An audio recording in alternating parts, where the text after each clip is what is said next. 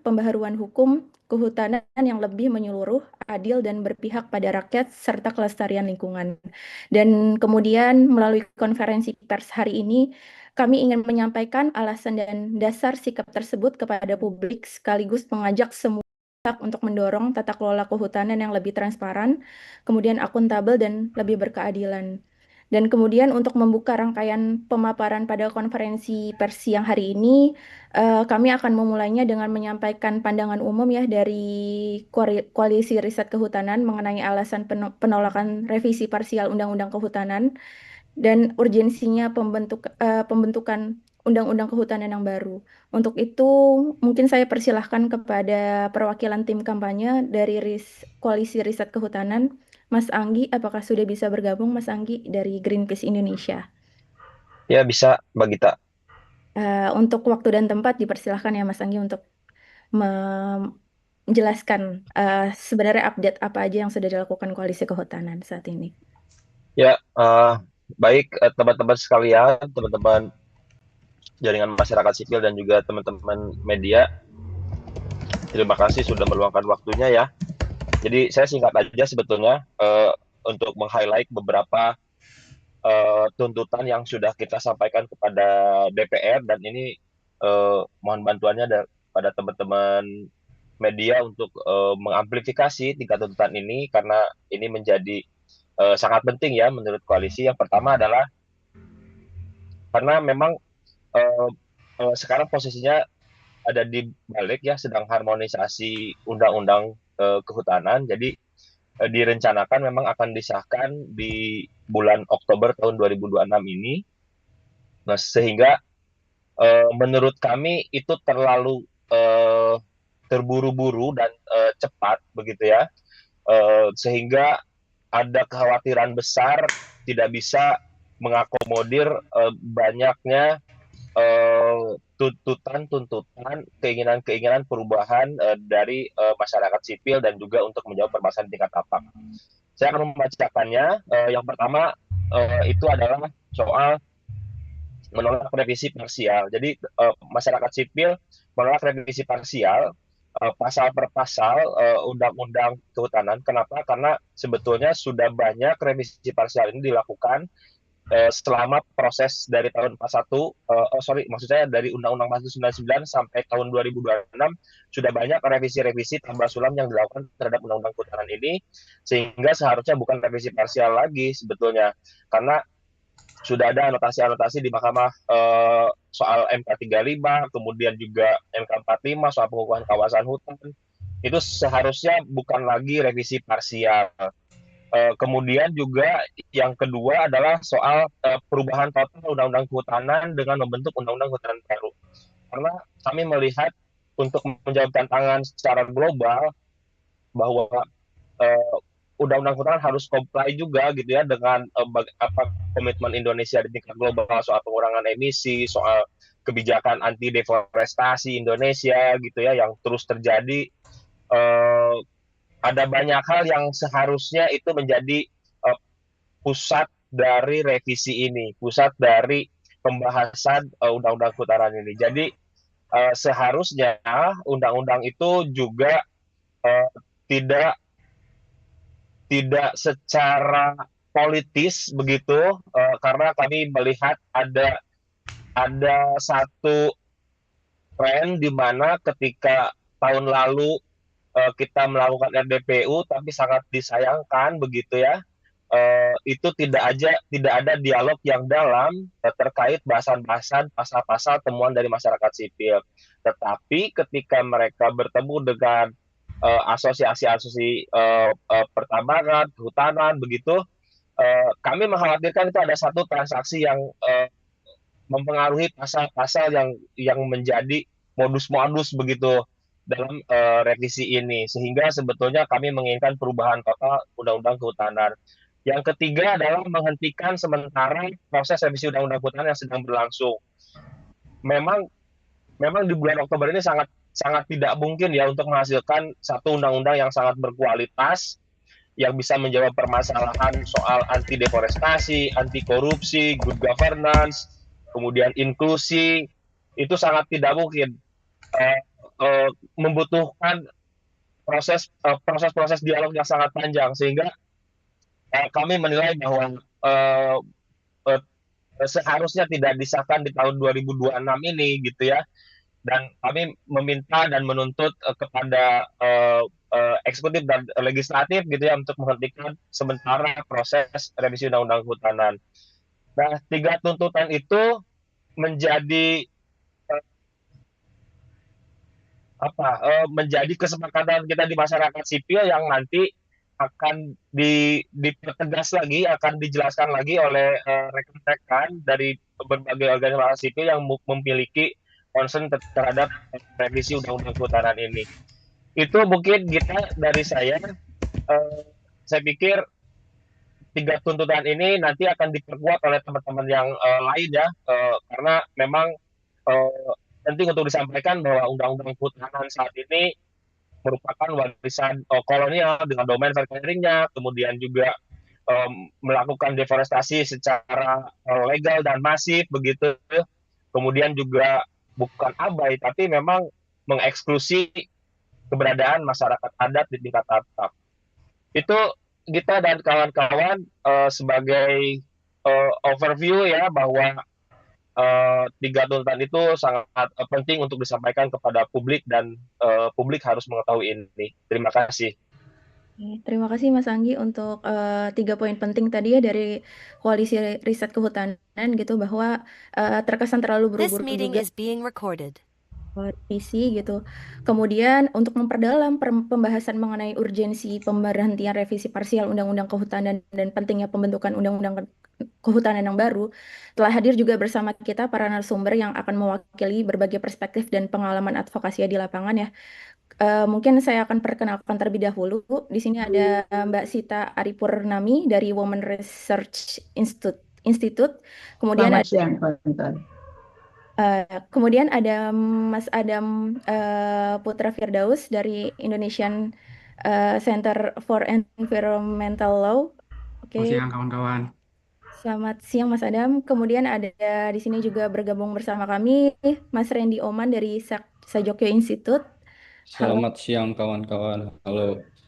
Randy. Kemudian ada Mas Beni Wijaya dari Konsorsium Pembaharuan Agraria KPA. Selamat siang Mas Beni. Kemudian ada Mas Sabit dari Forest Watch Indonesia. Selamat siang kawan-kawan. Kemudian ada Mas Rio dari Garda Animalia. Selamat siang kawan-kawan. Kemudian juga ada Mbak Nisa dari Indonesia Corruption Watch. Halo, selamat siang semuanya. Selamat siang Mbak Nisa. Kemudian rekan-rekan media dan peserta yang kami hormati semua. Sebagaimana tadi ya telah disampaikan sebelumnya, Koalisi Riset Kehutanan ini juga menilai bahwa revisi parsial Undang-Undangan Kehutan yang saat ini sedang didorong belum menjawab berbagai persoalan mendasar terkait dengan tata kelola kehutanan di Indonesia gitu. Dan untuk memberikan gambaran yang lebih utuh, kami akan membahas isu ini dan dengan berbagai perspektif yang ada gitu. Dan kemudian mulai dari kejahatan kehutanan, kemudian dari hak-hak kelompok rentan, konflik teritorial, kemudian perlindungan ekologis, keanekaragaman hayati, hingga persoalan korupsi dan transparansi di dalamnya seperti itu. Untuk itu, tanpa berlama-lama lagi, mari kita mulai ya sesi pemaparan narasumber. Yang pertama, saya persilahkan untuk Mbak Sita Aripurnami yang akan membahas mengenai inklusivitas gender dan kelompok rentan dalam tata kelola kehutanan. Untuk waktu dan tempatnya, Mbak Sita dipersilahkan. Terima kasih Mbak Gita, selamat siang kawan-kawan semua dan selamat siang teman-teman media yang sudah berkenan hadir di siang hari ini. Jadi Women Research Institute sebagai bagian dari koalisi bersama teman-teman tentang Undang-Undang Kehutanan memandang bahwa salah satu kelemahan yang mendasar pada Undang-Undang Kehutanan selama 26 tahun terakhir ini adalah belum adanya perspektif GEDSI atau Gender Equality, Disability, and Social Inclusion di dalam tata kelola kehutanan. Selama ini hutan dan masyarakat yang hidup di dalam hutan maupun di sekitarnya itu cenderung diperlakukan sebagai entitas yang homogen, padahal terdapat sekitar 48,8 juta penduduk yang tinggal di dalam dan di sekitar kawasan hutan, dengan pengalaman, kebutuhan, akses, dan kerentanan yang sangat berbeda. berbeda karena kebutuhan yang dirasakan perempuan akan berbeda dengan masyarakat adat, dengan penyandang disabilitas, anak, lansia, dan kelompok rentan lainnya yang mengalami berbeda dari konflik tenurial yang nanti juga akan dibahas oleh kawan-kawan di sini, dari kerusakan hutan dan juga perubahan fungsi kawasan maupun krisis iklim. Oleh karena itu persoalannya bukan sekedar perempuan dilibatkan atau perempuan dianggap kurang dilibatkan dalam pengambilan keputusan, tapi yang lebih mendasar adalah bahwa pengalaman hidup, pengetahuan, dan kontribusi perempuan serta kelompok rentan lainnya itu belum diakui secara memadai dalam kerangka hukum kehutanan kita. Padahal di banyak komunitas perempuan memegang peranan penting. Kita tahu mereka yang menjaga sumber air, mengolah hasil hutan, bukan kayu, mempertahankan benih dan pangan lokal, juga mewariskan pengetahuan ekologis kepada generasi berikutnya. Mereka bukan hanya kelompok yang terdampak, tapi juga aktor yang selama ini menjaga keberlanjutan hutan dan kehidupan komunitasnya. Oleh karena itu, yang kami dorong bukan sekedar penambahan istilah perempuan atau kelompok rentan dalam Undang-Undang Kehutanan, yang dibutuhkan adalah perspektif GETSI dalam seluruh substansi tata kelola kehutanan. Apa ini artinya? Setiap kebijakan mengenai penetapan kawasan hutan, perizinan, perhutanan sosial, penyelesaian konflik tenurial, perlindungan ekosistem, hingga distribusi manfaat ekonomi harus mempertimbangkan siapa yang memperoleh akses, siapa yang mengambil keputusan, siapa yang menikmati manfaat, dan siapa yang paling terdampak. Pengalaman perhutanan sosial menunjukkan bahwa ketika perempuan diberikan akses dan ruang, mereka ruang untuk memimpin, mereka mampu menjadi pengelola hutan yang efektif. Salah satunya misalnya yang baru-baru saja terjadi di Nusa Tenggara Timur. Terdapat 6 izin perhutanan sosial di 4 kabupaten dengan luas wilayah kelola sekitar 648,65 hektar yang melibatkan 335 pengelola dan sekitar 93% diantaranya adalah perempuan. Nah, pengalaman ini menunjukkan bahwa perempuan bukan sekedar penerima manfaat pembangunan, tetapi juga pemimpin dan pengelola sumber daya alam yang mampu memperkuat ketahanan ekonomi keluarga, komunitas, dan keberlanjutan lingkungan. Karena itu perspektif GETSI tidak boleh ditempatkan hanya dalam satu pasal atau satu bagian khusus mengenai perempuan. Perspektif ini harus menjadi lensa dalam seluruh pembahasan Undang-Undang Kehutanan. Dalam konflik tenurial misalnya, perlu dilihat bagaimana perempuan, masyarakat adat, dan kelompok rentan mengalami dampak yang berbeda. Dalam perhutanan sosial, perlu ada jaminan partisipasi dan kepemimpinan perempuan dalam kepengurusan kelompok, akses pembiayaan, usaha perhutanan sosial, dan distribusi manfaat. Dalam perlindungan ekologis, perlu dipastikan bahwa kelompok yang selama ini bergantung langsung pada hutan dilibatkan secara bermakna dalam pengambilan keputusan. Dan dalam pemulihan kawasan hutan, perlu diperhatikan dampaknya terhadap akses air, pangan, penghidupan, dan beban kerja pengasuhan yang seringkali ditanggung perempuan. Bagi lembaga saya, Women Research Institute, yang bergabung dengan koalisi ini, persoalan revisi Undang-Undang Kehutanan bukan hanya tentang tata kelola hutan. Ini adalah persoalan keadilan. Hutan tidak boleh dipandang semata sebagai kawasan produksi, investasi, atau komoditas ekonomi, tapi hutan adalah ruang hidup yang menopang kehidupan jutaan masyarakat dan menjadi fondasi ketahanan pangan, ketahanan air, keberagaman hayati, serta keberlanjutan lingkungan. Karena itu, pembaruan Undang-Undang Kehutanan harus menjadi momentum untuk membangun tata kelola hutan yang lebih adil, inklusif, dan berbasis HAM.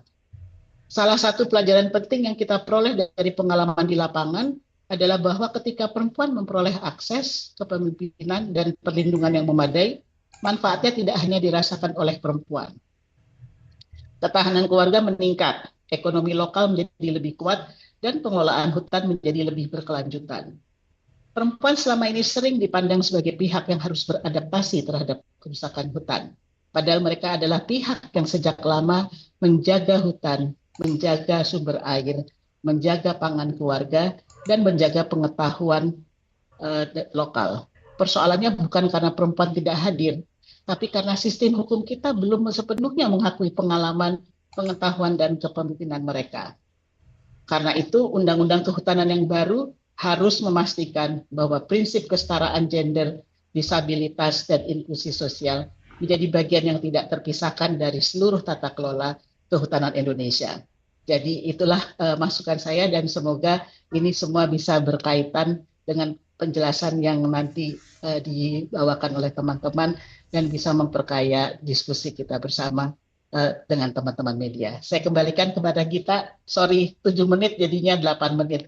Terima kasih Gita. Selamat siang kawan-kawan semua. Terima kasih Mbak Sita. Tadi ada beberapa poin penting juga ya yang sudah disampaikan Mbak Sita, bahwa juga pengalaman dan kontribusi perempuan juga belum diakui dalam berbagai proses, termasuk dalam revisi Undang-Undang Kehutanan ini. Kemudian juga perspektif JETSI ini tidak bisa diletakkan dalam satu pasal aja. Dan paparan tersebut juga menunjukkan ya bahwa sebenarnya kebijakan kehutanan yang ada hanya berfokus pada aspek teknis dan ekonomi yang beresiko mengabaikan ketimpangan relasi kuasa yang terjadi di tingkat tapak itu sendiri gitu. Dan kemudian oleh karena itu penting juga untuk melakukan pembaruan hukum kehutanan yang kedepannya juga perlu memastikan adanya perspektif gender, kemudian inklusi sosial, dan perlindungan terhadap kelompok rentan sebagai bagian yang tidak terpisahkan dari tata kelola kehutanan itu sendiri. Kemudian kita beralih ke narasumber selanjutnya untuk Mas Adam akan membahas mengenai kejahatan kehutanan. Sebagaimana kita ketahui ya, bahwa persoalan kehutanan ini juga yang kita hadapi saat ini tidak terlepas dari lemahnya penegakan hukum terhadap praktik-praktik yang merusak hutan. Kemudian juga mulai dari pembalakan liar, perambahan kawasan hutan, penyalahgunaan izin, hingga berbagai aktivitas yang menyebabkan kerusakan hutan secara sistematis. Dan untuk lebih jelas nanti akan dijelaskan oleh Mas Adam dari Indonesian Center for Environmental Law. Mas Adam dari AISEL dipersilakan untuk tempat dan waktunya, Mas. Terima kasih Mbak Gita. Selamat siang untuk rekan-rekan koalisi riset kehutanan dan juga kepada rekan-rekan media. Di sini saya diminta untuk merefleksikan dalam konteks kejahatan kehutanan dan tentunya tidak bisa dilepaskan dari pembahasan terkait penegakan hukum kehutanan. Saya mungkin mau mulai pemaparan singkat ini dengan sebuah data gitu ya, dan sebuah statement bahwa kami memandang persoalan utama yang kita hadapi ini bukan sekedar tingginya angka kejahatan sebenarnya. Tapi ini berbicara jauh lebih dari itu, kita bicara mengenai kegagalan sistem hukum untuk betul-betul menyentuh aktor intelektual dan betul-betul memulihkan kerusakan hutan yang terjadi akibat kejahatan-kejahatan tersebut. Aisal melakukan studi terhadap putusan-putusan kejahatan kehutanan dari tahun 2019 sampai 2024, artinya periode 5 tahun tersebut. Kami melihat bahwa dari total 73 perkara di bawah Undang-Undang Kehutanan dan Undang-Undang P3H, Undang-Undang 18 tahun 2013, hanya 6 perkara atau 8% yang menerapkan tindak pidana korporasi. Selebihnya, sekitar 92% atau 67 perkara itu merupakan terdakwa individu. Saya mau kita membayangkan begitu ya, bahwa selama ini artinya undang-undang kehutanan kita, undang-undang P3H belum bisa menjawab persoalan kerusakan hutan skala besar yang ditimbulkan oleh begitu banyak korporasi yang beroperasi di dalam kawasan hutan. Saya kemudian juga mau merujuk suatu data gitu ya terkait deforestasi. Padahal kalau kita lihat, ini kami melakukan analisis terhadap data geoportal KLHK di periode 2016 sampai 2022. Lebih dari 41% atau 1,17 juta hektar deforestasi itu justru terjadi di dalam areal perizinan konsesi. Jadi di areal izin-izin yang sudah diberikan oleh pemerintah, justru di situ permasalahan utama deforestasi kita. Makanya ini menimbulkan satu pertanyaan yang sangat penting gitu. Kira-kira undang-undang kehutanan mendefinisikan kejahatan kehutanan itu seperti apa? Kalau misalnya yang selama ini yang banyak dipidana adalah individu, bukan korporasi. Padahal deforestasi utamanya terjadi di dalam areal yang sudah berizin seperti itu. Apakah masyarakat adat misalnya, yang kita tahu masyarakat adat masih perlu melalui proses panjang gitu ya untuk mendapatkan pengakuan. Nanti saya yakin kawan-kawan lain lebih banyak membahas terkait itu. Apakah misalnya masyarakat adat yang menggantungkan penghidupannya terhadap kawasan hutan gitu misalnya, yang dia masuk kemudian ditangkap gitu ya, semata-mata hanya dia berada di kawasan hutan, apakah itu yang kita maksud sebagai kejahatan kehutanan? Dan apakah kita memilih untuk menutup mata bahwa selama ini deforestasi terbesar adalah justru deforestasi yang kita izinkan? Kami memandang undang-undang kehutanan belum bisa menjawab permasalahan ini. Seperti itu. Dan ya apabila kita berbicara mengenai kejahatan kehutanan, tentunya kita tidak dapat melepaskan pembahasan dari penegakan hukum kehutanan. Saya yakin kawan-kawan mengikuti beritanya mengenai Satgas PKH begitu ya. Itulah arah penegakan hukum kehutanan saat ini, kawan-kawan. Presiden melalui Perpres 5 tahun 2025 yang penerbitannya melalui prosedur yang tentu bermasalah, bertentangan dengan peraturan perundang-undangan di atasnya gitu ya. Itu justru menitik beratkan pada penguasaan kembali oleh negara. Dan ketika kita berbicara mengenai penegakan hukum kehutanan, sekarang itulah yang kita bicarakan. Bagaimana negara sebisa mungkin mengumpulkan uang-uang dari denda administratif, kemudian menguasai kembali lahan-lahan ini. Namun saya mau catat begini kawan-kawan, dari regulasi yang diterbitkan sama pemerintah sekarang untuk penegakan hukum kehutanan, yaitu Perpres 5 dan PP 45, nggak ada satupun yang berbicara mengenai bagaimana penegakan hukum itu memulihkan fungsi hutan. Dan itu menunjukkan orientasi yang kita sedang menuju ke sana hari ini. Itu bahwa penegakan hukum sebatas ngolekin denda, kemudian dikuasai oleh negara, untuk apa? Bukan untuk dipulihkan, tapi justru untuk diserahkan kepada BUMN, untuk mendukung proyek-proyek prioritas negara. Apa itu yang kita inginkan dalam undang-undang kehutanan kita? Undang-undang kehutanan harusnya berbicara mengenai perlindungan hutan alam, bagaimana hutan alam tersisa yang dimiliki Indonesia dapat dilindungi semaksimal mungkin, tapi arah-arahnya kita merasa arahnya tidak ke sana hari ini. Makanya kami melihat bahwa ini menjadi catatan besar dan undang-undang kehutanan jangan sampai justru malah mengakomodir dan membenarkan pola-pola penegakan hukum seperti ini. Seperti itu.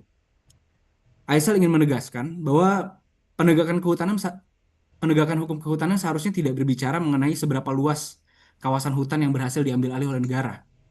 Penegakan hukum kehutanan, menindak kejahatan kehutanan, harusnya berbicara mengenai sejauh mana, sebanyak apa hutan-hutan kita yang berhasil dipulihkan melalui penegakan hukum. Dan itu sama sekali belum tercermin dalam Undang-Undang Kehutanan dan tentu tidak tercermin dari bagaimana penegakan kehutanan dilakukan pada hari ini.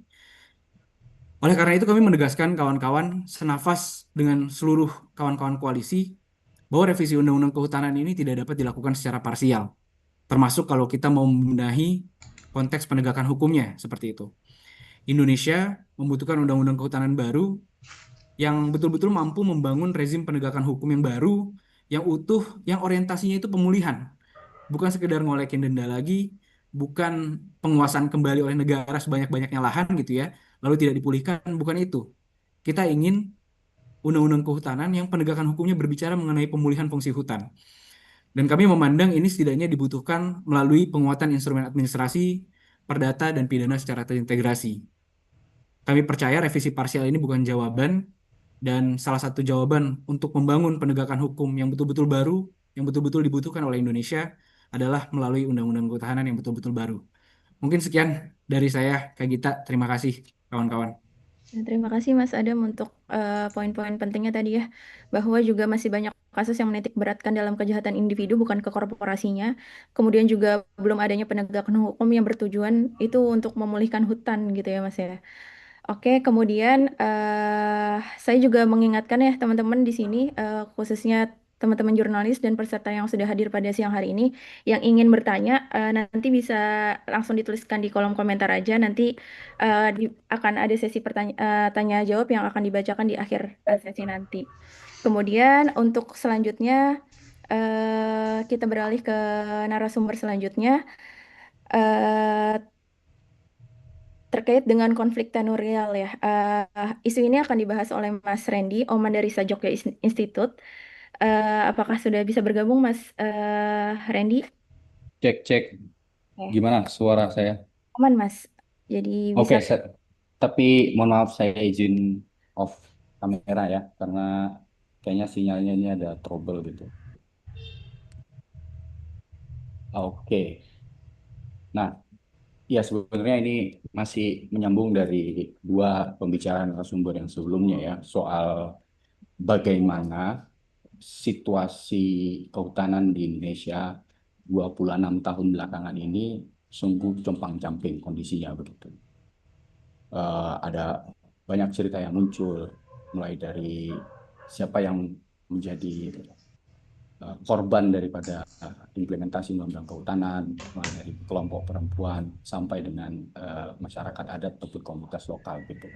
Nah, sebenarnya sejalan dengan itu, Sajogja Institute di tahun 2016 itu pernah melakukan inquiry nasional bersama Komnas HAM, dan itu lokasinya tersebar dari Sumatera, Kalimantan, region Jawa sampai dengan Sulawesi dan Maluku dan Papua gitu. Yang kira-kira kalau disimpulkan hasil inquiry itu, pertama adalah penelusuran dari pemeriksaan yang sifatnya berskala nasional itu menemukan akar masalah dari timbulnya problem di dalam rezim kawasan hutan gitu ya. Misalnya pertama tidak ada pengakuan yang jelas ya dari negara gitu ya, apalagi pengakuan yang itu di dalamnya tanpa syarat gitu. Kedua adalah simplifikasi dari negara terhadap hak-hak dan kompleksitas penghidupan dan hukum yang berlaku di masyarakat adat. Kemudian kebijakan pembangunan itu bias terhadap pertumbuhan ekonomi. Karena sejak 32 tahun Orde Baru memimpin, selalu yang ditimbulkan adalah pertumbuhan ekonomi, stabilitas nasional, baru belakangan muncul kata kunci pemerataan gitu. Tapi yang terjadi jauh dari kata pemerataan itu sendiri. Dan kesimpulan yang terakhir adalah sebenarnya perempuan tadi yang disambung oleh Mbak Sita dari WRI gitu ya. Ya benar, perempuan mengalami beban ganda dan dalam konteks ini sebenarnya terjadi pula apa yang disebut dengan kekosongan penyelesaian konflik agraria. Nah, dari situ saya ingin masuk sebenarnya membahas soal konflik tenurial gitu. Pertama-tama kan sebenarnya secara sederhana tenurial itu mencakup arti, dia diserap dari dalam bahasa Latin gitu ya, yang berarti tenere. Ini mencakup sebenarnya hak penguasaan atau memegang atau memiliki dari satu sumber daya alam yang dalam percakapan hari ini adalah hutan gitu. Jadi kalau kita lihat land tenure di dalam konteks kehutanan itu adalah hak atas tanah atau penguasaan tanah yang dalam wujudnya adalah hutan gitu. Nah, dari istilah inilah yang akan kita gunakan atau gunakan dalam uraian untuk membahas masalah pokok seperti status hukum dari penguasaan lahan hutan, hak menguasai dari negara, lalu kemudian warisan kolonial, hingga sampai problem soal kriminalisasi karena dampak konflik tenurial yang ditimbulkan akibat implementasi undang-undang kehutanan gitu. Jadi sebenarnya kan gampangnya konflik tenurial yang ingin kita perbincangkan hari ini itu yang kita lihat dalam implementasi undang-undang kehutanan gitu ya, dia kan melahirkan apa ya, perebutan klaim kekuasaan antara komunitas atau masyarakat lokal dengan negara di atas objek yang sama yang dalam hal ini adalah hutan. Nah, perebutan klaim ini kemudian kan memunculkan apa yang disebut dengan tumpang tindih, penguasaan gitu ya, persaingan, bahkan pertentangan klaim yang dapat berlangsung secara terbuka maupun laten. Nah, konflik akan menjadi semakin tajam ketika salah satu pihak, misalnya dari negara itu, menghalangi atau bahkan meniadakan hak pihak lain, yang dalam hal ini adalah pihaknya masyarakat adat atau komunitas lokal gitu ya. Nah, makanya dalam konteks undang-undang kehutanan, konflik tenurial kerap termanifestasi dalam bentuk sebenarnya penggunaan kawasan hutan atau bahkan pembentukan kawasan hutan. Nah, jadi penggunaan kawasan itu nanti erat kaitannya dengan lokasi. Si tanah yang disebut dengan kawasan hutan ini mau dipakai untuk apa dan oleh siapa, kira-kira begitu. Nah, kebanyakan yang terjadi selama 26 tahun belakangan ini kan konsesi itu diberikan kepada perusahaan-perusahaan besar gitu, korporasi-korporasi yang di dalamnya melakukan aktivitas industri mulai dari penebangan, lalu kemudian muncul lagi soal pinjam pakal kawasan atau peralihan fungsi dari kawasan menjadi pertambangan dan segala macam gitu. Tetapi kalau kita menelusuri lebih jauh sebenarnya apa yang menjadi akar masalah pelaku dan bagaimana dampak-dampak tersebut itu mengakibatkan apa munculnya korban, kira-kira begitu. Nah, mulai dari pertama gitu ya, akar masalahnya kami sendiri dari Sejak Institute dan teman-teman dari koalisi di dalam working group hak menguasai negara itu mengidentifikasi bahwa penyelenggaraan bahwa para penyelenggara hari ini atau bahkan 26 tahun ke belakang itu kayaknya mengidap satu penyakit yang yang kita sebut sebagai penyakit demensia, penyakit orang tua. Jadi dia lupa, kira-kira gitu ya. Sebenarnya para penyelenggara negara tugasnya apa? Nah, di dalam pertemuan ini kita ingin menegaskan kembali bahwa prinsip dasar yang terkandung dalam pasal 33 Undang-Undang Dasar 1945 itu menjelaskan bahwa negara itu bukan pemilik sumber-sumber agraria, yang dalam ini adalah hutan, gitu ya. Melainkan negara adalah badan publik yang diberikan mandat untuk mengatur dan mengelola demi sebesar-besar kemakmuran rakyat. Nah, di situ tolak ukurnya. Jadi penguasaan negara atas hutan itu dipakai untuk apa dan oleh siapa. Nah, dalam pasal 33 sebetulnya memberikan satu landasan yang paradigmatik bahwa ya boleh sumber daya alam atau sumber agraria itu dikuasai oleh negara asalkan dipakai untuk sebesar-besar kemakmuran rakyat. Nah, jadi frasa di sini itu tidak berarti bahwa negara itu bertindak sebagai pemilik, apalagi sekaligus pengusaha atau entrepreneur. Jadi dia fungsinya lebih kepada to manage untuk kepentingan umum, yaitu kesejahteraan bersama. Tetapi kan kalau kita lihat di dalam Undang-Undang 4199 atau bahkan undang-undang sebelumnya di dalam Undang-Undang Pokok nomor 5 tahun 67, yang dipraktekkan kan tidak begitu. Bahkan kalau kita bongkar paradigmanya justru melambangkan jalan pertumbuhan ekonomi yang dimotori oleh investasi dan korporasi besar. Nah, di situ problemnya. Kenapa kemudian si konflik tenurial itu berkaitan dengan hak penguasaan itu muncul? Nah, konsekuensinya apa? Konsekuensinya hak-hak masyarakat yang hidup di dalam dan sekitar hutan untuk mengakses dan mengelola atau bahkan mengontrol sumber daya hutan secara turun-temurun itu dibatasi atau bahkan dihilangkan gitu.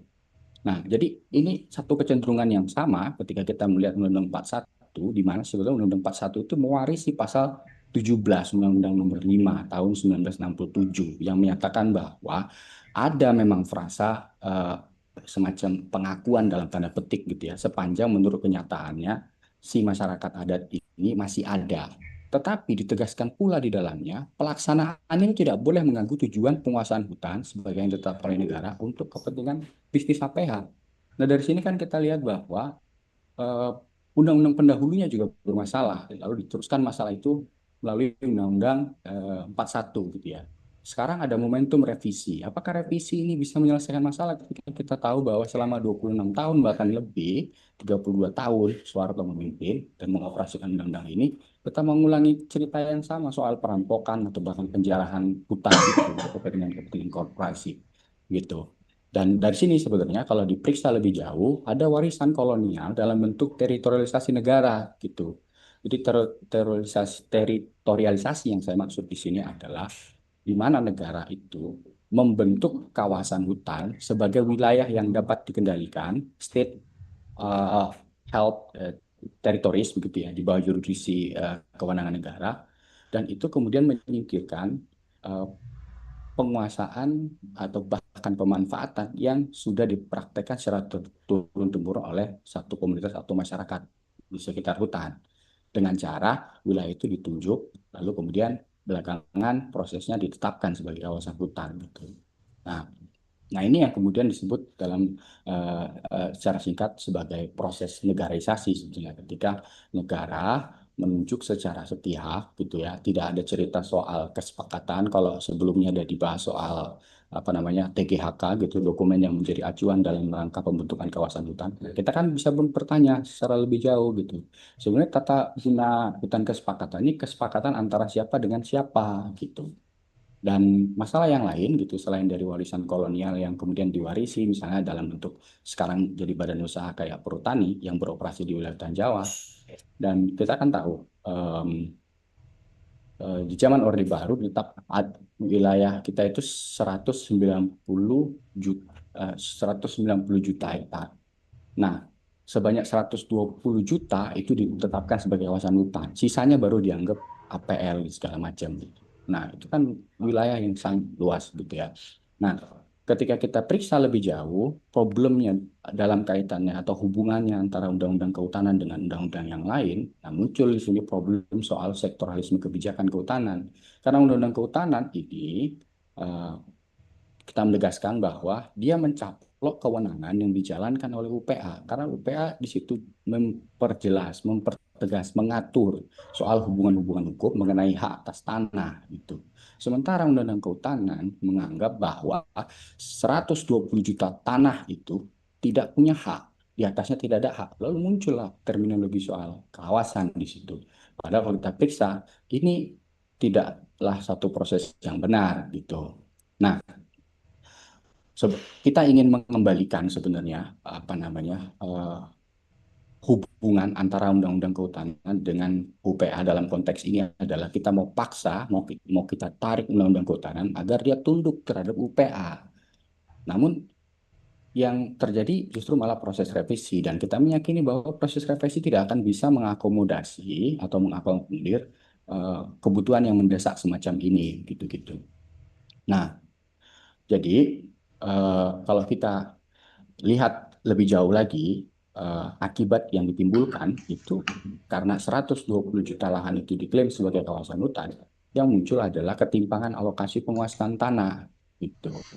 Jadi kalau kita lihat data 26 tahun belakangan gitu, nah kita lihat tuh alokasi tanah untuk perusahaan-perusahaan kehutanan ada berapa. Ternyata kita menghitung ada sekitar 30,2 juta hektar itu dikuasai oleh sektor kehutanan dalam bentuk hutan produksi. Sementara kalau kita lihat indeks rasio Gini petani atau ketimpangan tanah yang dialami oleh petani itu memperlihatkan kondisi yang sangat menyayat hati gitu ya, di mana indeks ketimpangan itu sudah berada di angka 5 sampai 7. Artinya sekarang rata-rata penguasaan tanah oleh rumah tangga petani itu 0,5 ke belakang. Jadi ada situasi di mana si petani juga mengalami gejala buremisasi gitu. Sementara ada 30 jutaan hektar itu diberikan dalam bentuk konsesi kepada korporasi-korporasi gitu. Dan kita lihat ini sebagai sebuah ketimpangan. Jadi di awal ada erat kaitannya antara konflik dengan si ketimpangan alokasi penguasaan tanah gitu.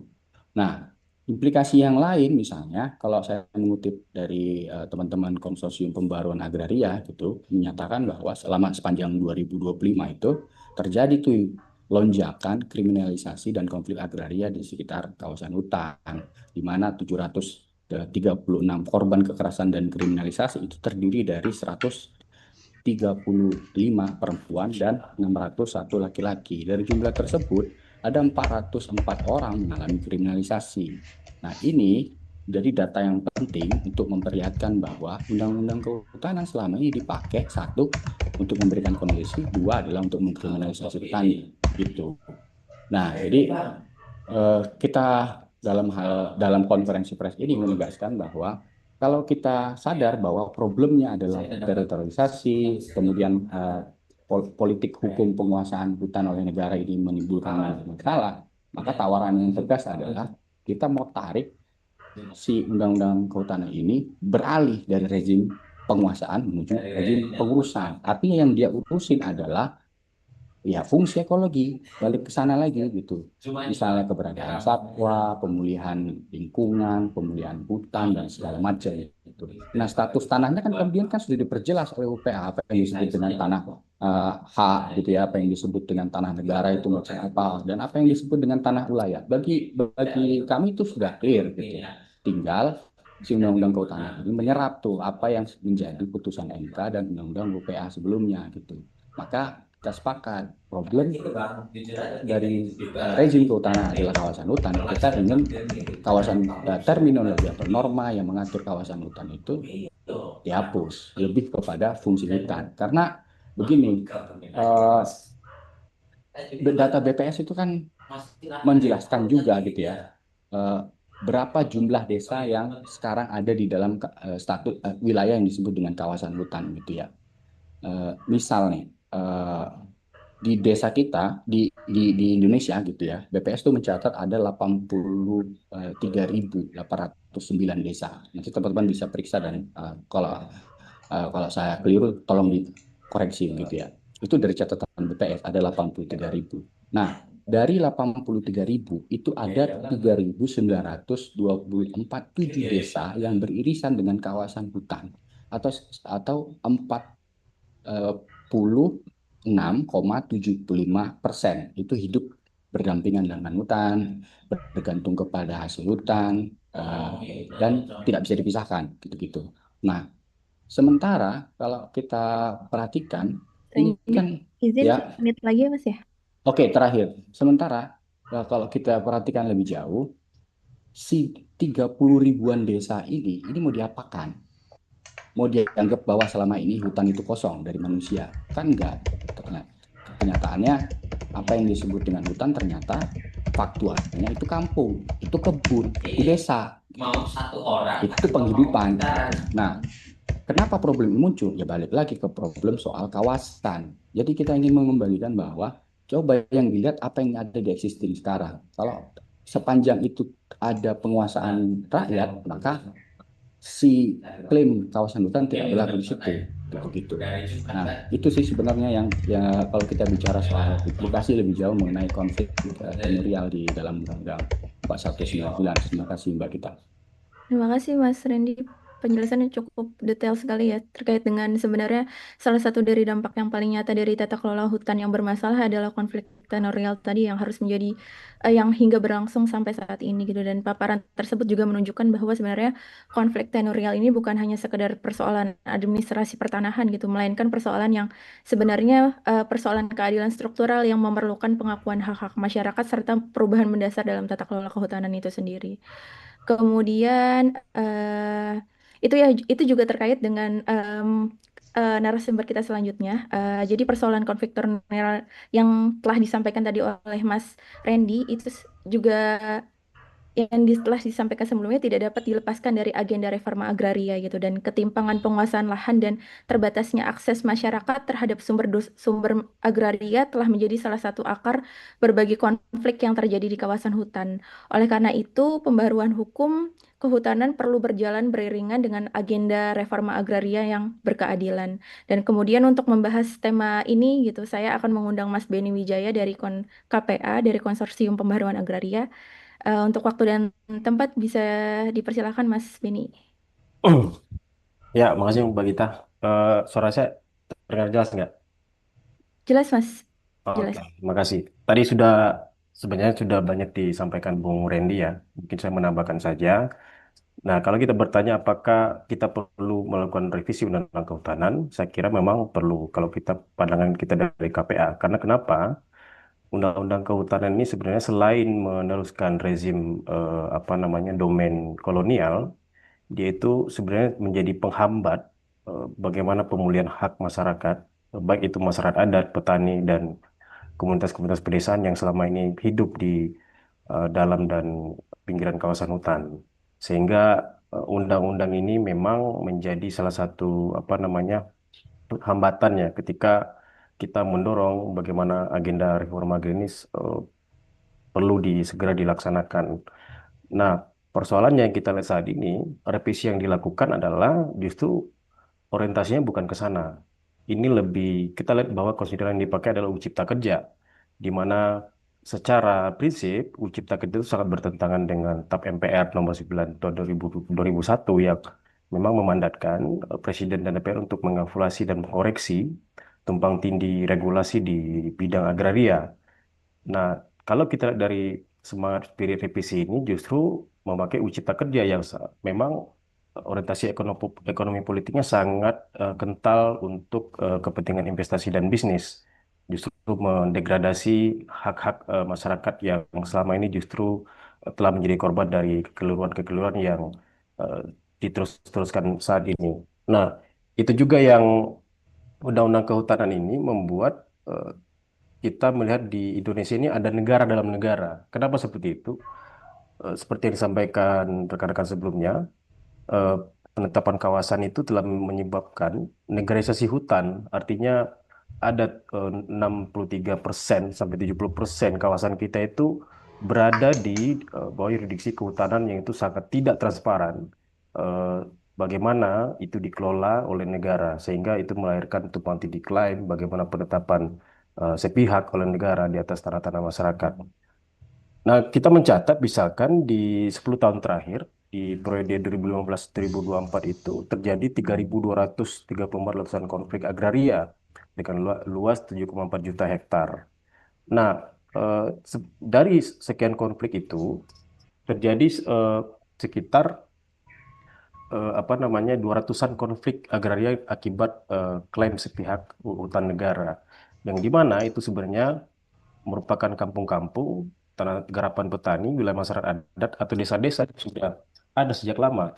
Seperti yang disampaikan Saudara Randy tadi, ada puluhan ribu desa yang saat ini itu status haknya tidak jelas karena terhambat eh, status klaim kawasan hutan tadi.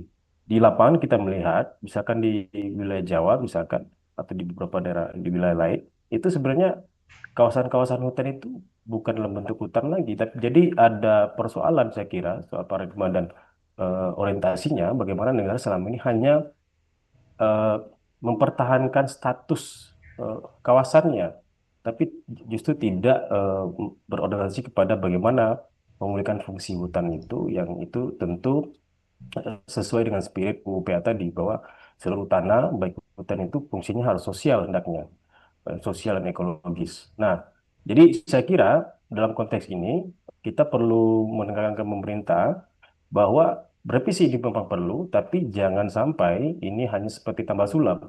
Apalagi eh, spirit yang dibawanya itu justru lebih kental orientasi politik ekonominya kepada pengamanan bisnis-bisnis kehutanan.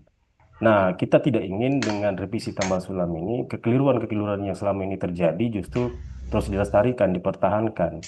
Harus dimulai dari nol, harus duduk bersama pemerintah dengan koalisi masyarakat sipil, masyarakat di tingkat tapak, bagaimana orientasi revisi kehutanan ini harus selaras dengan pasal 33 tadi dan UPA, sehingga kita tidak ingin lagi ada apa namanya dualisme eh, sistem agraria Indonesia, di mana ada hutan yang itu kawasan hutan yang itu kita tidak bisa akses sama sekali bagaimana pola penguasaan di dalamnya, sehingga itu telah melahirkan ketimpangan yang sangat ekstrim di Indonesia ini yang berujung pada kemiskinan-kemiskinan di berbagai titik di Indonesia. Saya kira itu Mbak Gita, eh, pandangan dari KPA.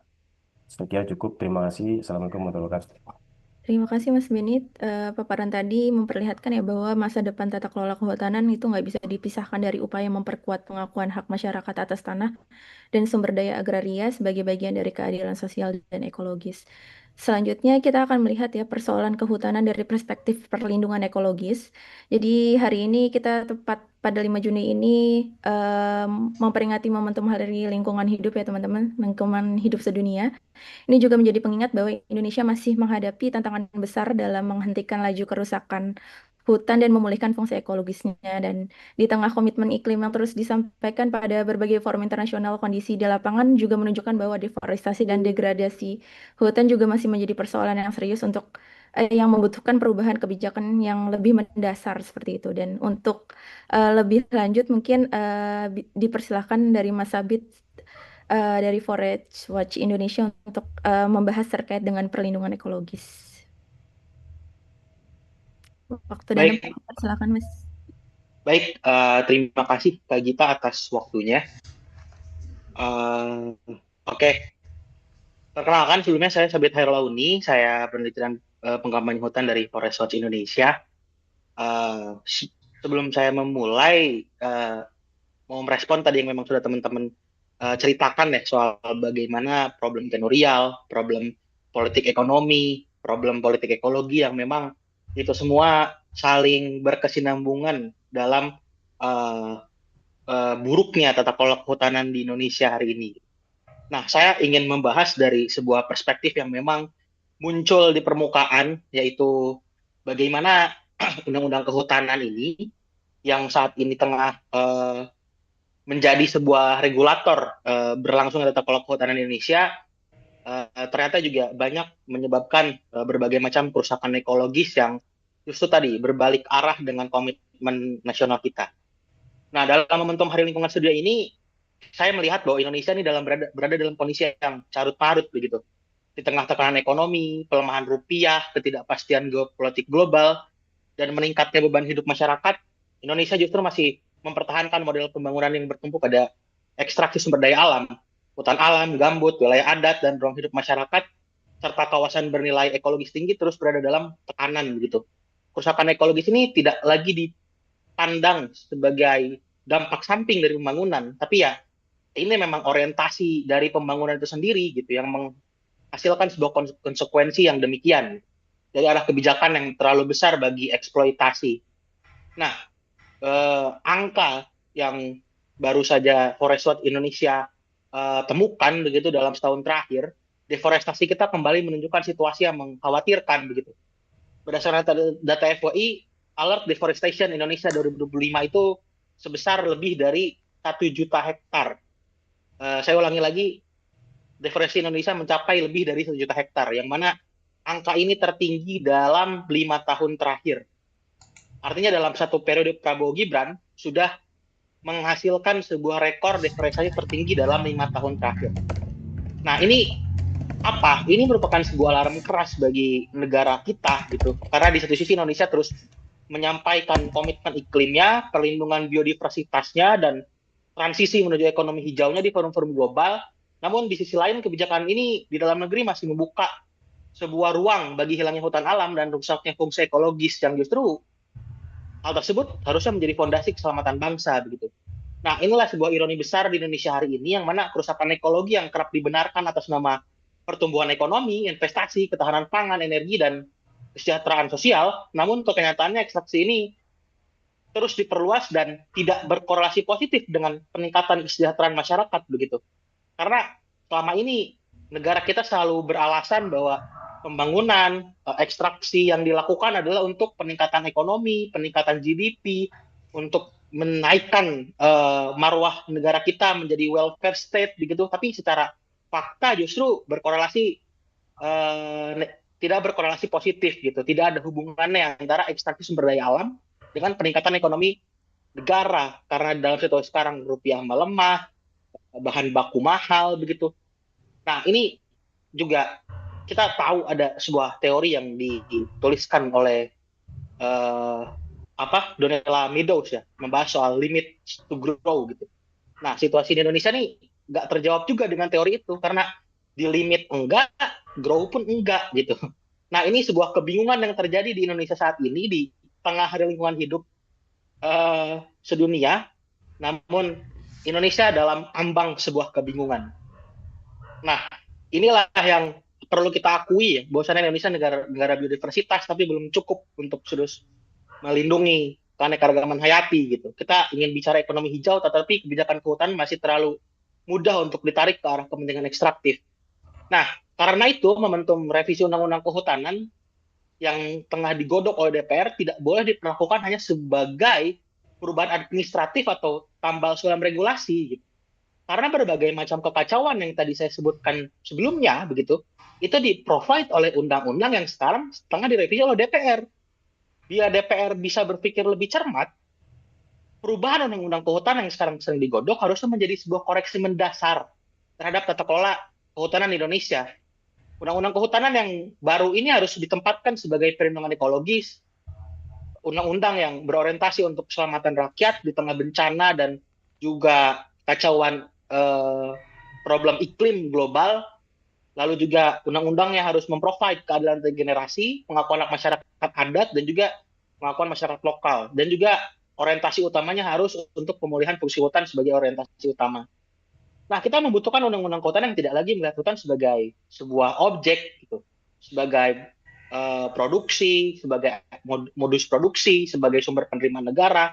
Hutan harus diposisikan sebagai sistem penyangga kehidupan yang dia menyimpan karbon, penjaga air, punya fungsi konservasi terhadap air, penunggangan keanekaragaman hayati, ruang hidup masyarakat, dan juga sebagai sebuah benteng terakhir menghadapi krisis iklim yang sudah sangat amat terasa. Nah, posisi ini pun di negara kita pun sebetulnya harusnya berpikir, karena di akhir tahun nanti kita akan dihadapkan dengan forum global yaitu COP31, yang mana nanti di sana Indonesia akan dituntut perihal komitmen iklimnya yang kalau kita lihat data NDC sungguh juga mengkhawatirkan, apalagi data terbaru deforestasi kita kembali meningkat begitu. Nah, ini akan menjadi ironi dan akan memalukan apabila saat mendatangi konferensi iklim COP31 di Turki nanti, Indonesia hadir dengan situasi sudah mensahkan undang-undang yang compang-camping, yang parsial, yang tidak berorientasi kepada penyelamatan lingkungan.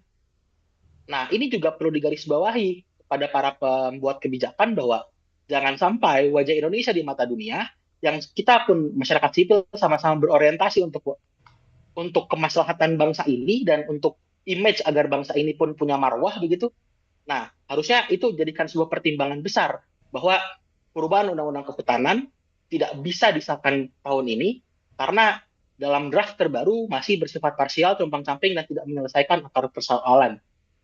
Nah, karena itu kami Koalisi Riset Kehutanan mendesak pemerintah dan DPR untuk memastikan perubahan undang-undang kehutanan itu menjadi momentum pembaharuan yang substantif, bukan parsial. Revisi ini harus menjawab sebuah akar masalah, yaitu deforestasi besar-besaran masih terjadi, memperkuat perlindungan hutan alam tersisa, menutup celah hukum bagi perusakan kawasan hutan, dan juga memperkuat transparansi dan akuntabilitas perizinan. Seperti kita tahu, biaya transaction cost kita tinggi, obral perizinan itu jadi sebuah bisnis, ya itu sudah jadi rahasia umum gitu. Serta memastikan masyarakat adat, masyarakat lokal juga menjadi subjek utama dalam protokol hutan. Nah, Indonesia tidak boleh terus menjadi negara yang bingung seperti saat ini gitu. Karena harusnya ketika Indonesia dalam kondisi bingung, ya solusinya apa? Reset gitu. Kalau HP kita nge-hang ya direset kan. Nah, ini negara pun bingung, harusnya direset. Reset apa? Reset tata kelola kehutanannya.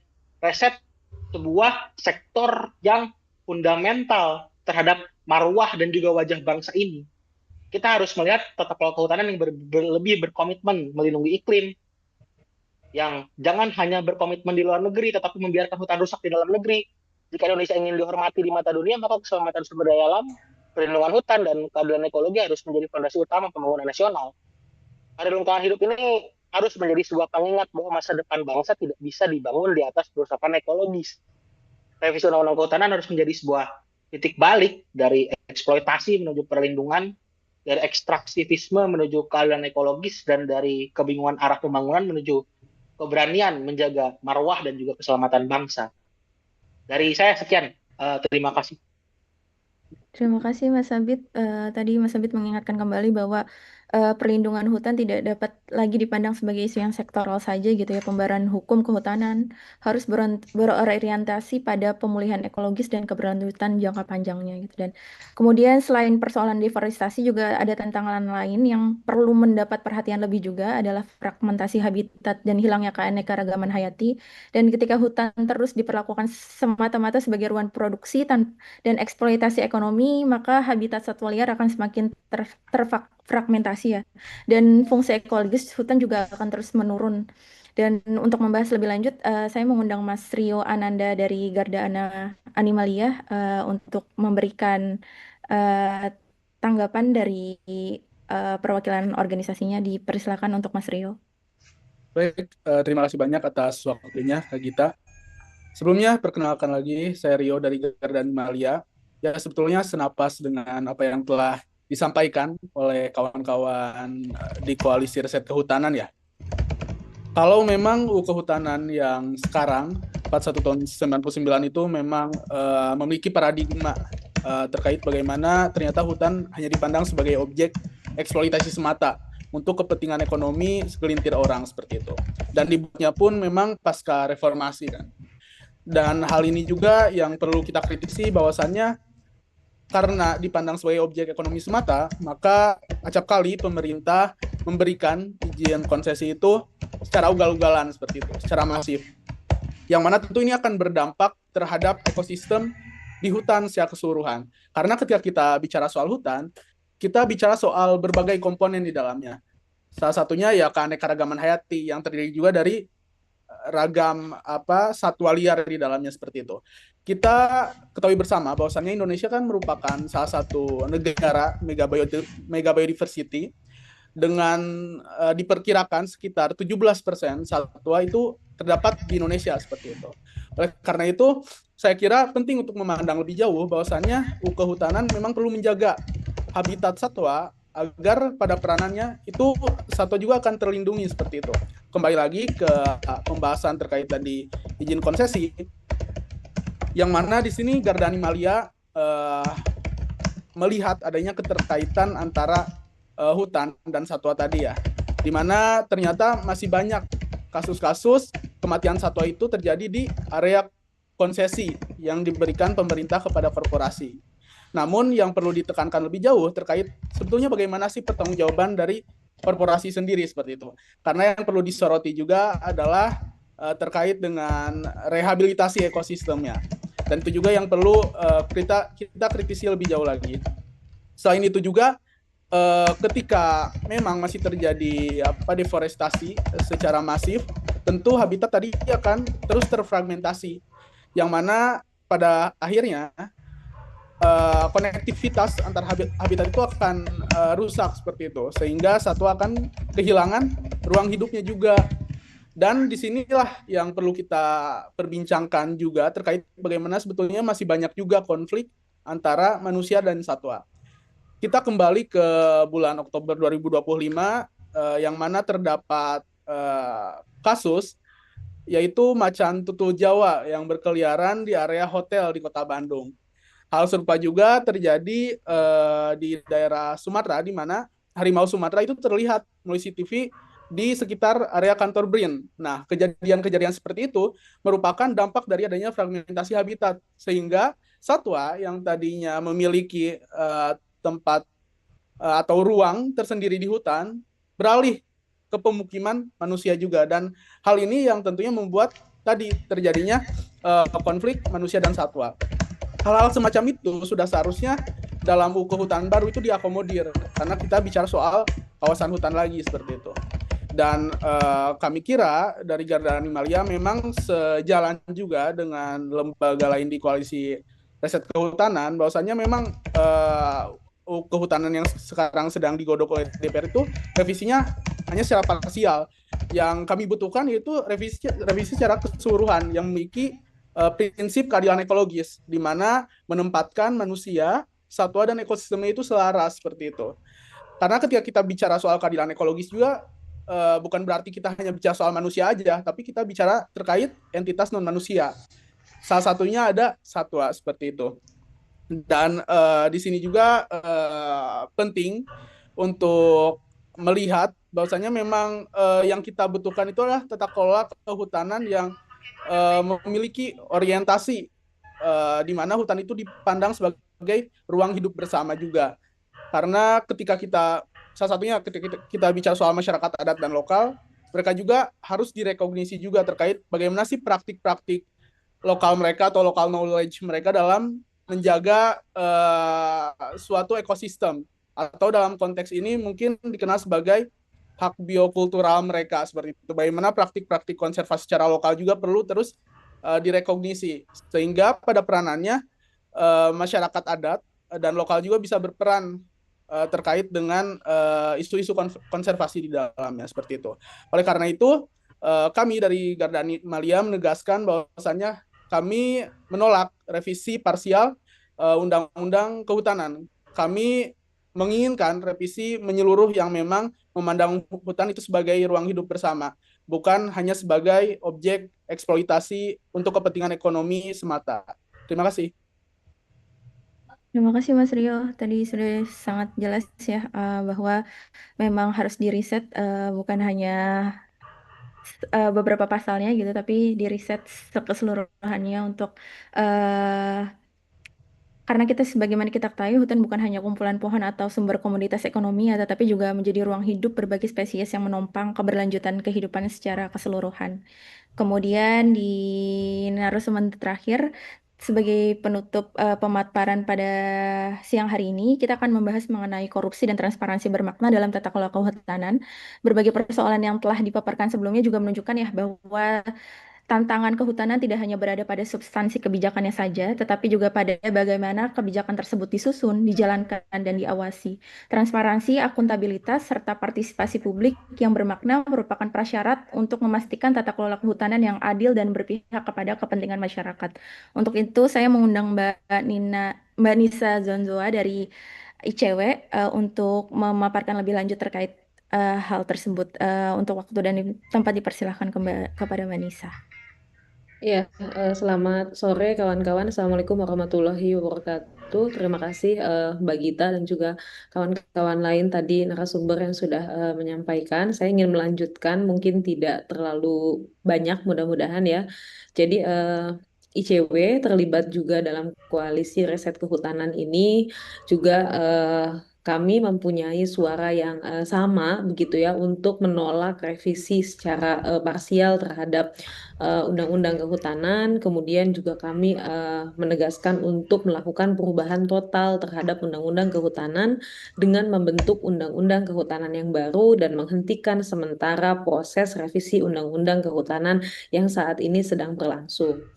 Hal tersebut jika dikaitkan dalam konteks korupsi dan transparansi, kami melihat sebetulnya bahwa regulasi kehutanan yang ada saat ini tidak dapat menjawab persoalan konflik kepentingan dalam tata kelola hutan, serta masih minimnya proses transparansi begitu yang membuat kawasan hutan beserta isinya ini kerap menjadi objek alat tukar dalam kepentingan politik atau kontestasi politik, atau juga ini biasa dikenal dengan istilah ijon politik gitu ya, yang kemudian ini akan membuka ruang gitu ya, ketika ada ijon politik tadi akan membuka ruang untuk pemberian konsesi, perubahan status kawasan gitu ya, maupun imbal balik atau dukungan politik dan bahkan pendanaan untuk pemilu gitu ya. Nah, ini akibatnya yang akan terjadi, yang akan menanggung itu adalah masyarakat adat. Juga tadi saya nyambung dari teman-teman Garda Animalia, satwa yang ada di dalamnya pun akan menjadi bagian yang terdampak. Sebelum tadi saya masuk ke Zoom beberapa saat yang lalu, saya lihat eh, sebuah story Instagram memang dari seorang jurnalis yang ada di Aceh. Dia menggambarkan seekor monyet yang mati tertabrak di jalanan Aceh. Ini karena kondisinya hutan-hutan yang ada di Aceh sudah terjadi deforestasi secara besar-besaran, sehingga ruang hidup mereka juga kan tergeser gitu ya. Ketika ruang hidupnya tergeser, para satwa ini harus mencari makan di tempat yang lain begitu ya, sehingga mereka harus keluar dari habitat awalnya, masuk ke jalan, dan kemudian ini membuat kehidupan mereka juga sebagai satwa terancam gitu ya. Nah, kemudian di sisi yang lain kembali ke isu korupsi dan transparansi, sebetulnya isu sumber daya alam atau di dalamnya juga termasuk hutan itu merupakan sektor yang paling banyak terjadi korupsi setelah korupsi pengadaan barang dan jasa jika kita merujuk kepada data yang dimiliki KPK. Tadi Mas Habib sempat menyebutkan bahwa pembukaan atau deforestasi hutan itu mencapai jutaan hektar. Ini saya punya data yang punya KPK memang ya, KPK datanya jauh lebih sedikit ternyata. KPK hanya ada 600.000 menyebutkannya, 600.000 hektar data KPK dan BPS, tapi sebetulnya itu lebih. Kami juga di ICW meyakini lebih gitu ya, dan dengan data yang dimiliki oleh KPK dan BPS hanya 600.000 hektar dalam catatan mereka, ini kerugian negaranya sudah mencapai 175 triliun. Sehingga bisa dibayangkan berapa jumlah kerugian negara dengan jumlah deforestasi dan pembukaan atau alih fungsi lahan yang jumlahnya mencapai jutaan hektar. Nah, di sisi yang lain begitu ya, ini terkait dengan transparansi sendiri, jika kita bicara soal isu hutan, dari pengalaman kami di ICW ketika melakukan advokasi terkait dengan tata kelola hutan, transparansi juga ini sulit untuk didapatkan gitu ya.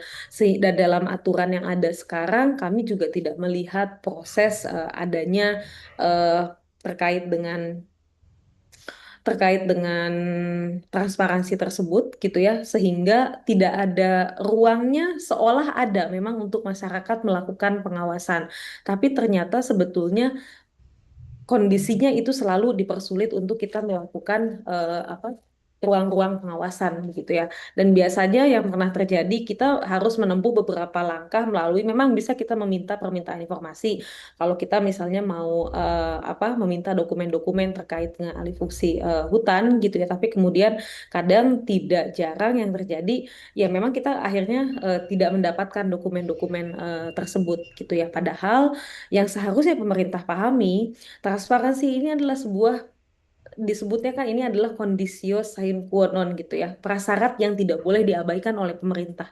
Karena transparansi itu adalah sesuatu yang penting dan melibatkan publik dalam penyusunan kebijakan, dalam pengawasan kebijakan yang dilakukan itu adalah bagian penting dalam menjalankan upaya demokrasi dalam sebuah negara. Sehingga ketika pemerintah tidak menjalankan prinsip-prinsip demokrasi dan akuntabilitas yang terjadi seperti saat ini, sehingga celah-celah korupsi, celah-celah konflik kepentingan itu akan semakin lebar terbuka begitu.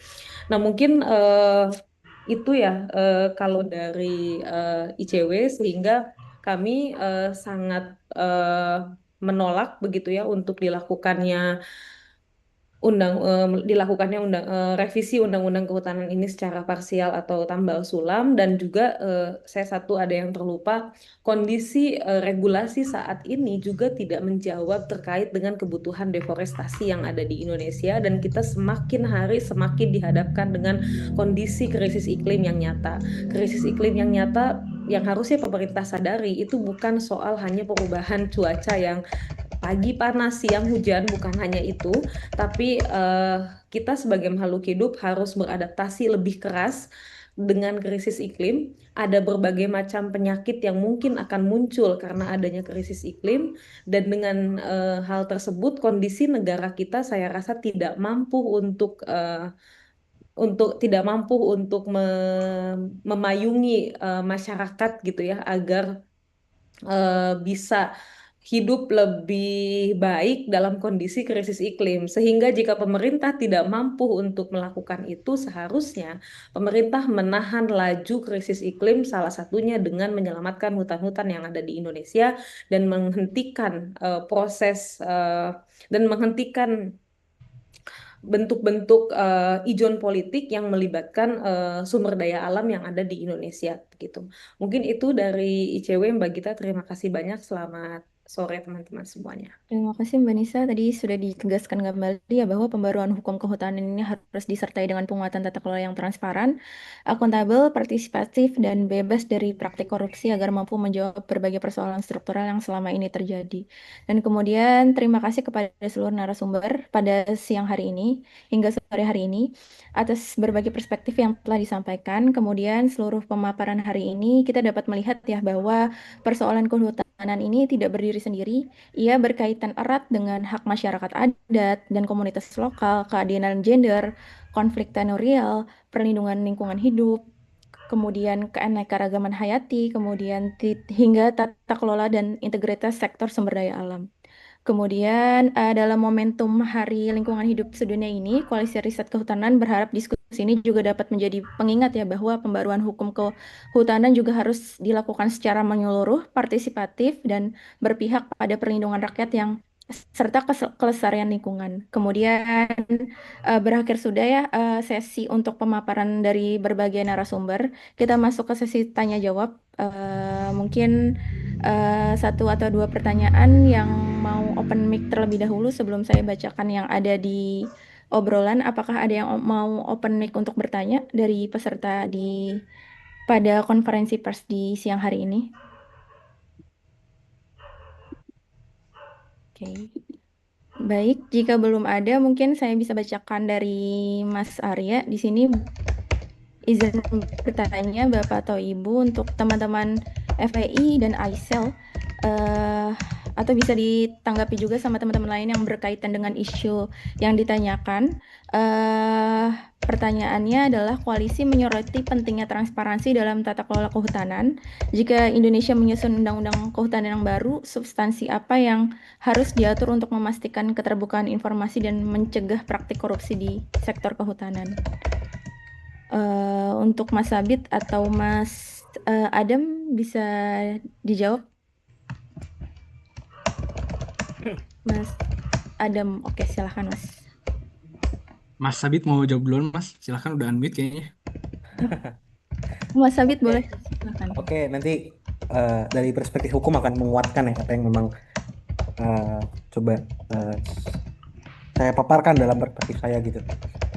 Nah, ini sebetulnya kalau kita ngomongin soal keterbukaan informasi, salah satu slogan Forest Watch Indonesia adalah Good Forest Governance, Need Good Forest Information. Jadi tata kelola yang baik butuh eh, paparan informasi ataupun keterbukaan informasi yang baik juga, yang mana dapat diakses publik. Nah, ini sebetulnya penting ketika undang-undang kita berubah secara sistemik dan juga paradigmatik, automatically hal-hal semacam tata kelola, kelembagaan, begitu, itu juga bisa di-develop untuk lebih transparan dan akuntabel. Nah, pertama dorongan kita adalah perubahan sistemik dan paradigmatik. The Kita recording nggak has mau stopped. negara melihat kawasan hutan sebagai hutan politik, tapi kita ingin melihatnya sebagai areal yang diorientasikan untuk pemulihan lingkungan. Itu adalah sense kita, gitu. Nah, lalu bagaimana nanti pendetailan kelembagaannya dalam menyusun transparansi dan juga praktik tata kelola yang baik, gitu. Ini sebetulnya pendekatannya banyak. Ada misalkan kita pakai pendekatan New Institutional Economic misalkan yang dipaparkan Ronald Kwase. Nah, yang mana keterbukaan informasi itu jadi penting soal kelembagaan, misalkan contohnya sentralisasi desentralisasi yang berimplikasi kepada transaction cost biaya perizinan gitu. Nah, ketika informasi itu paparannya terbuka gitu kan, sekarang kan semuanya tertutup ya. Kemenhub memonopoli data RKU kita nggak bisa tahu, data RKT kita nggak bisa tahu, data perusahaan mana yang mengamandemen RKU kita nggak bisa tahu gitu kan, data di mana areal misalkan kalau sekarang di izin kehutanan kan ada apa namanya PPKH misalkan, data areal allowable PPKH nggak tahu. Nah, itu semuanya menghasilkan sebuah transaction cost gitu. Nah, ketika kita berubah secara pragmatik, harusnya secara automatically tata kelola kelembagaan pun kita develop begitu agar lebih transparan dan akuntabel. Nah, yang mana itu bisa menekan angka korupsi gitu kan, dan juga memastikan bahwa praktik-praktik kehutanan itu berjalan adil dan berkelanjutan. Nah, mungkin bisa Mas Adam melanjutkan.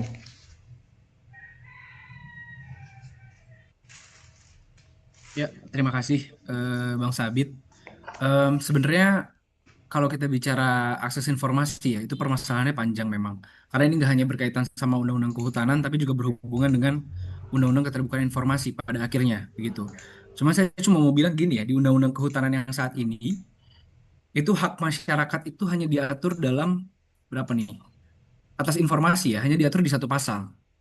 Jadi di bagian peran serta masyarakat cuma dibilang bahwa masyarakat berhak, bahasanya bukan berhak sih, masyarakat dapat mengetahui rencana peruntukan hutan, pemanfaatan hasil hutan, dan informasi kehutanan.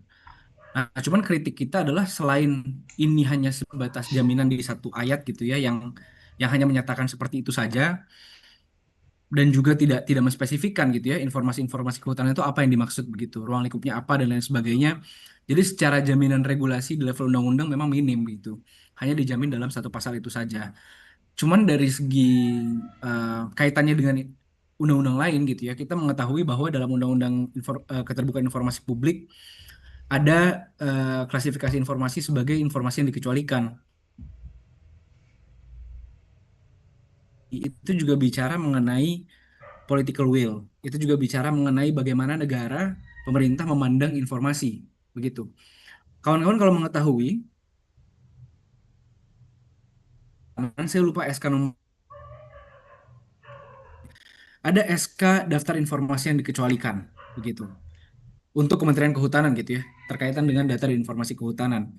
Yang mau saya bilang itu hampir semua informasi yang penting kita ketahui itu dikecualikan gitu. Dikecualikan dalam dikecualikan artinya tidak boleh dibuka ke publik gitu ya, atau boleh untuk tidak dibuka ke publik.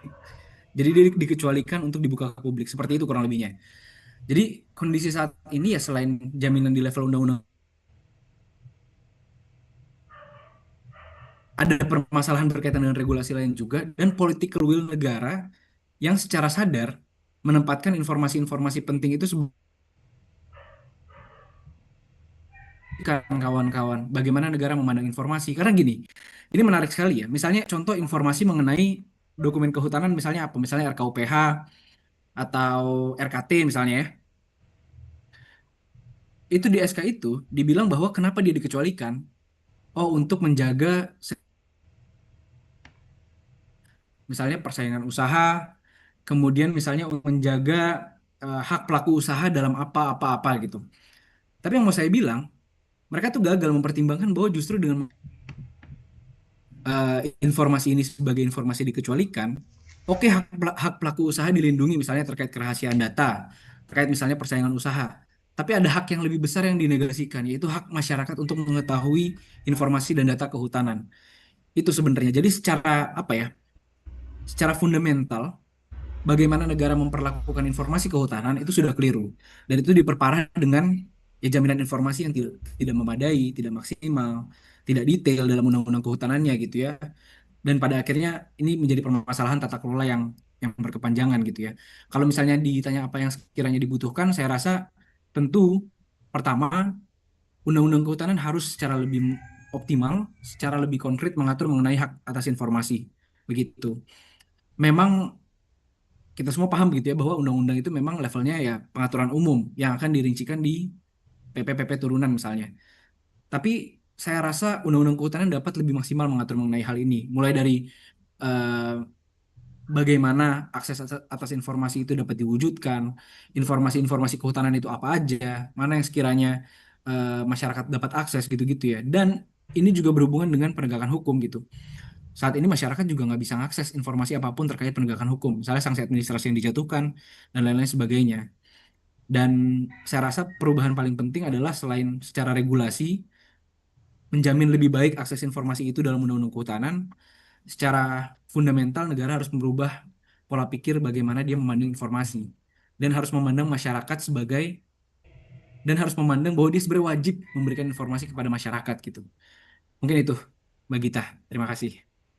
Terima kasih Mas Sabit dan Mas Adam. Semoga menjawab untuk pertanyaan dari Mas Arya. Kemudian di sini karena berhubung waktu sudah menunjukkan pukul 15.27, jadi ada satu pertanyaan lagi. Setelah itu saya akan tutup konferensi pers pada sore hari ini.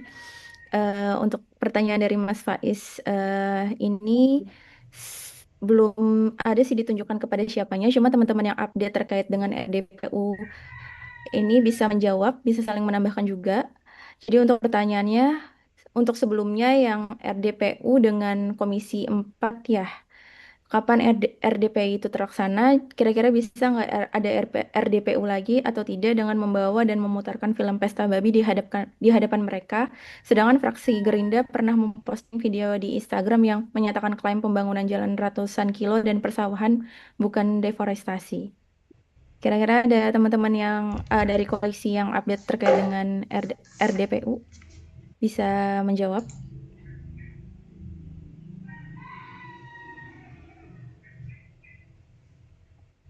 Mas Sabit mungkin dari FPI. Oke, baik.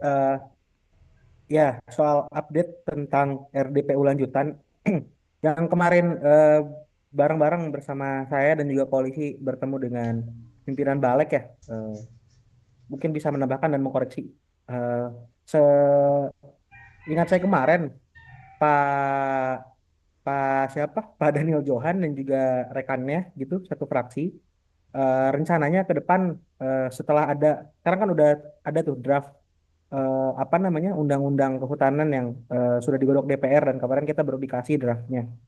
Nah, dari situ katanya rencana Komisi 4 bersama Balek akan mengundang kembali koalisi masyarakat sipil untuk melaksanakan RDPU berdasarkan draft undang-undang yang sekarang sudah kita terima dan kita punya kritik di bagian mana seperti itu. Nah, artinya nanti ke depan kerja-kerja koalisi akan fokus kepada membedah bagaimana draft yang sekarang sudah kita pegang begitu, cacatnya di mana, problemnya di mana begitu dan juga ya selama itu belum memprovide dorongan koalisi yaitu kita ingin merubah undang-undang kehutanan secara paradigmatik dan sistemik artinya akan selalu kita tolak gitu. Nah, terus juga untuk konteks ini apakah kita bisa menayangkan video film Pesta Babi di depan mereka? Mungkin rasa-rasanya kalau kita RDPU pun waktu kita buat ngomong pun agak sempit ya. Apalagi mempertontonkan film itu. Tapi mungkin di lain next kesempatan koalisi dengan resource dan juga soliditasnya kita bisa mungkin mengajak eh, minimal seluruh anggota Komisi 4 gitu untuk nonton bareng lah kita sewain studio gitu. Nah, mungkin itu bisa satu agenda kampanye ke depan. Mungkin dari saya kayak gitu. Oke, baik. Dari Mbak Nisa atau siapa yang kemarin hadir juga, apakah ada yang mau ditambahkan? Oke, baik. Kalau cukup, mungkin saya bisa cukupkan ya agenda konferensi pers pada siang hari ini. Jadi izinkan saya untuk menutup. Sebelum menutup konferensi pers ini, izinkan saya juga menyampaikan ya bahwa berbagai paparan yang telah diutarakan oleh narasumber tadi ini menunjukkan bahwa sebenarnya persoalan kehutanan itu tidak dapat dilihat secara parsial, mulai dari perlindungan kelompok rentan, kejahatan kehutanan, konflik teritorial, reforma agraria, perlindungan ekologis, biodiversitas, hingga tata kelola yang transparan dan akuntabel. Seluruhnya saling berkaitan dan menjadi bagian penting dalam upaya mewujudkan pengolahan hutan yang lebih berkeadilan dan berkelanjutan. Dan terima kasih kepada seluruh narasumber atas pemikiran, pengalaman, dan perspektif yang telah dibagikan. Terima kasih juga kepada rekan-rekan media yang telah meluangkan waktu untuk mengikuti di diskusi dan atau konferensi pers ini hingga sore hari ini gitu.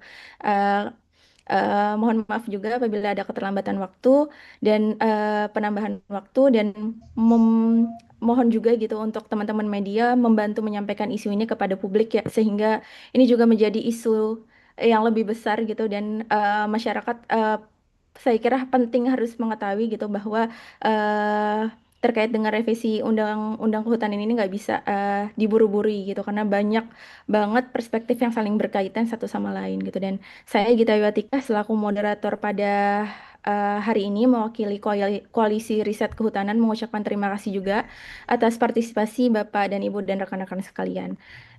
Selamat sore dan sampai jumpa pada kesempatan berikutnya. Terima kasih teman-teman semua. Terima kasih juga Kak Gita selaku moderator. Terima kasih Mbak Gita dan Ya. kawan-kawan. Terima Terima kasih kasih. banyak. Makasih semuanya.